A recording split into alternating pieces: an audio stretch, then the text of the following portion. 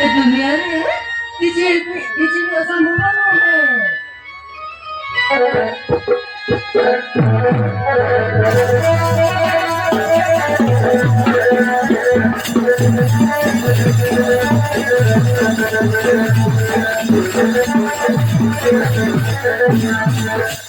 ଆଲୋ ଏ ଦର୍ଶନା କଣ ଏମିତି କାଙ୍ଗାଳି ଦେଖାଯାଉଛି? ଟିକେ ସଜବାଜ ହେଲେ ହବନି? ବାପା ମୁଁ ପରା ଏଇଠି ଅଛି, କାହିଁକି ଏତେ ମୁଣ୍ଡ ଫଟେଇ ଡାକୁଛ? ଆଉ ସଜବାଜ ହେବି କଣ ପାଇଁ? ଆଲୋ ଏ ମା, ତୋର ପରା ବାହାଘର ମୁଁ ଠିକ କରିଛି। ଆଜି ପରା ପୁଅ ଘର ଲୋକ ଦେଖିବାକୁ ଆସିଛନ୍ତି। କଣ କହିଲ? ଆରେ ମୋ ବାହାଘର? ଆରେ ନା, ମୁଁ ବାହା ହେବିନି। କଣ କଣ କହିଲୁ? ତୁ ବାହାଘର କଣ ଆଉ ମାଗଣାରେ ଛୁଆ ଜନ୍ମ କରିବୁ? ସେ କଥା ନୁହେଁ ଯେ। ଆଲୋ ମା, ତୋ ପାଇଁ ମୁଁ କେତେ କଷ୍ଟରେ ଚାକିରିଆ ବରଟିଏ ଯୋଗାଡ଼ କରିଛି। ତାକୁ ବାହା ହେଲେ ମା ତୁ ପୁରା ଖୁସିରେ ରହିବୁ, ଖୁସିରେ। ଆରେ ବାପା, ହଁ ମୋ ପାଇଁ ଗୋଟେ ଚାକିରିଆ ବର ଯୋଗାଡ଼ କରିଛ? ମୁଁ ବାହା ହେବି ବାପା। ମୁଁ ଏ ବାହାଘରରେ ରାଜି। ଆପଣ ନାଇଁ ନାଇଁ ହଉ, ତୁ ତାକୁ ବାହା ହେଲେ ମା ଖୁସିରେ ରହିବୁ। ଆଲୋ ଏ ମା, ଆଲୋ ଏ ମା, ଯା ତୁ ଭିତରକୁ ଯା। ସେମାନେ ଆସିଲେ ତମକୁ ଡାକି ଯା। ଟିକେ ସଜବାଜ ହେଇକି ଥିବ, ତୋ ପରା ବାହାଘର ହେବ। ଚାଲ ମାତା ଭିତରେ ଯା। ଠିକ ଅଛି ବାପା। ହଁ ଯା ଯା ଯା।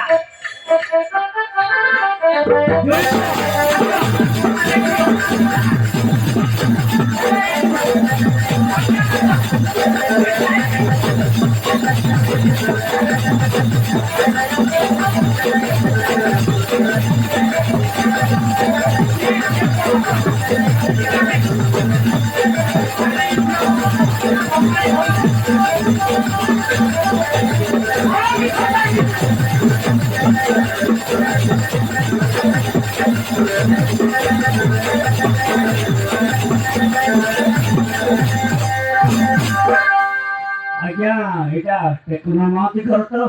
ଆଜ୍ଞା ନମସ୍କାର ନମସ୍କାର। ନମସ୍କାର ନମସ୍କାର। ମୁଁ ଟେକ୍ନୋ ମହାନ୍ତି ଆଜ୍ଞା। ଆପଣ କଥା ଭାବୁ ଆପଣ ପହଞ୍ଚି ଯାଇଛନ୍ତି। ଭିତରକୁ ଆସନ୍ତୁ ଆଜ୍ଞା, ଭିତରକୁ। ହଁ ଆସିଲେ। ସେଦିନ ଆପଣ ବାହାଘର ବିଷୟରେ କଥା ହେଇଥିଲେ, ଆଜ୍ଞା ସେଥିପାଇଁ ମୁଁ ପୁଅଟାକୁ ଧରି ଆସିଛି। ଆଜ୍ଞା ବୁଝିଲେ?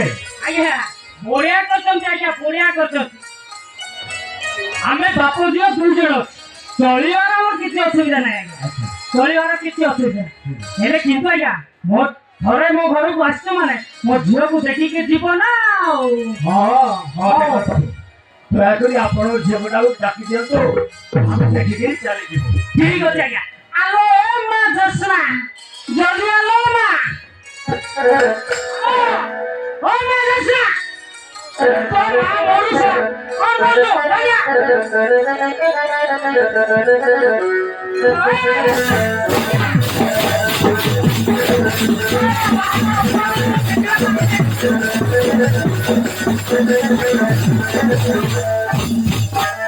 ଆଲୋ ମା, ଜାଣିଆ এইটা হব তো শ্বশুর। ଟିକେ ମୁଦିଆ ମାର, ମୁଦିଆ ମାର। ଅଛି ରେ। ଆଲୋ ମା, ମୋ ସୁନା ଝିଅ ଗେଲିଟା ପୁଚିକି ଯାଇଥିଲି। ଆଲୋ ମା, ଏପଟେ ଦେଖ ଆମ ଜୁନି ବାବୁ, ତାକୁ ନମସ୍କାର କର। ଲାଜ ହଅ ନା, ନମସ୍କାର କର। ଆଜ୍ଞା ଝିଅଟା ମୋର ଭାରି ସୁନ୍ଦର, ବିସ୍କୁଟ ମାର୍କା ସୁନା ଖଣ୍ଡେ। କିନ୍ତୁ ଆଜ୍ଞା ତା ପାଠ ପଢାରେ ବେଶୀ ମନ ଥିଲା। କିନ୍ତୁ ଆଜ୍ଞା ଆଜିକାଲି କଲେଜ ଯିବା ନାଁରେ ଯୋଉ ସବୁ ମୋବାଇଲ ଧରି ଯୋଉ ସବୁ କାଣ୍ଡ କରୁଛନ୍ତି, ତା ପାଠ ପଢାଟା ମୁଁ ବନ୍ଦ କରିଦେବି। ତେଣୁ ତା ବାହାଘର ଭଲ ଭଲ ପୁଅ ଦେଖି ତା ବାହାଘର କରିଦେବି। ହଁ ଟେକୁନା ବାବୁ, ମୁଁ ବି ଏମିତିକା ଝିଅ ଗୋଟେ ଖୋଜୁଛି।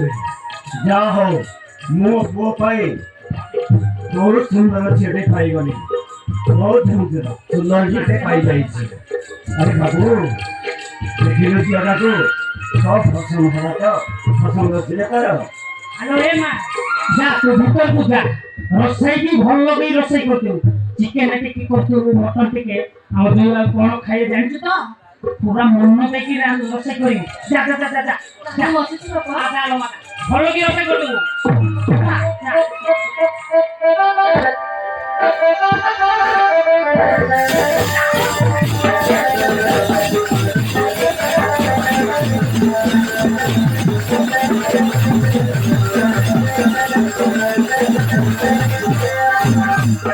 ବାବୁ ଝିଅଟା ପସନ୍ଦ ହେଲା ତ ମୋର ପସନ୍ଦ କହିବା କିଛି କାରଣ ନାହିଁ ବାପା ଯାହା କହିବେ ତାହା ହିଁ ହବ। ମାନିଗଲି ବାପା ମାନିଗଲି ଆଜିକାଲିକା ପିଲାମାନେ ଏମିତି ହେବା ଦରକାର ନା ହଁ ଦେଖ